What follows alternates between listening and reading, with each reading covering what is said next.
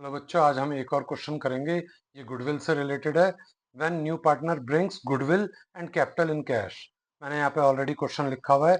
A B are partner sharing profit and losses in the ratio of 2:3। C admitted for 1/4 share which he acquired equally from A and B. C brings 5 lakh rupees as capital, 60,000 as goodwill. Show the journal entries. नया partner capital और goodwill cash लेकर आ रहा है, तो business में क्या आ रहा है? कैश। तो हमने कैश अकाउंट को डेबिट कर दिया। When asset increases it will debit. कौन लेकर आ रहा है? C as a capital. Capital क्या है फर्म के लिए? Liability. When liability increases it will credit. Premium for goodwill. Goodwill क्या है? जब भी गुडविल कैश आएगी उसका टेक्निकल नेम होगा premium for goodwill. Premium for goodwill firm के लिए क्या है? प्रॉफिट। तो profits are always credited. When profit increases it will credit, modern approach के अकॉर्डिंग।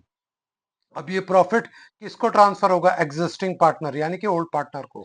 इससे उनकी कैपिटल इंक्रीज होगी डिक्रीज होगी? उनकी कैपिटल इंक्रीज होगी। When capital increases it will credit. और प्रॉफिट कहां से ट्रांसफर हो रहा है? प्रीमियम फॉर गुडविल से। तो premium for goodwill account increase होगा डिक्रीज होगा? डिक्रीज होगा। तो प्रीमियम फॉर गुडविल को हमने क्या ट्रीट करा था? As a profit. When profit decreases it will debit. हमने डेबिट कर दिया। और प्रीमियम फॉर गुडविल हमेशा सेक्रीफाइस रेशो में डिस्ट्रीब्यूट होती है। अगर सेक्रीफाइस रेशो दे रखा है, यहाँ पे सेक्रीफाइस रेशो ऑलरेडी मेंशन है। विच ही अक्वायर्ड इक्वली। इक्वली अक्वायर्ड का मतलब सेक्रीफाइस होता है, याद रखिएगा। इक्वली, इक्वली यानी कि दो पार्टनर में इक्वल, बराबर। 1/2 1/2। तो हमने 60,000 को इक्वल डिस्ट्रीब्यूट कर दिया, 30,000 ईच। आई होप ये वाला पार्ट आपको क्लियर हो गया होगा। Thank you.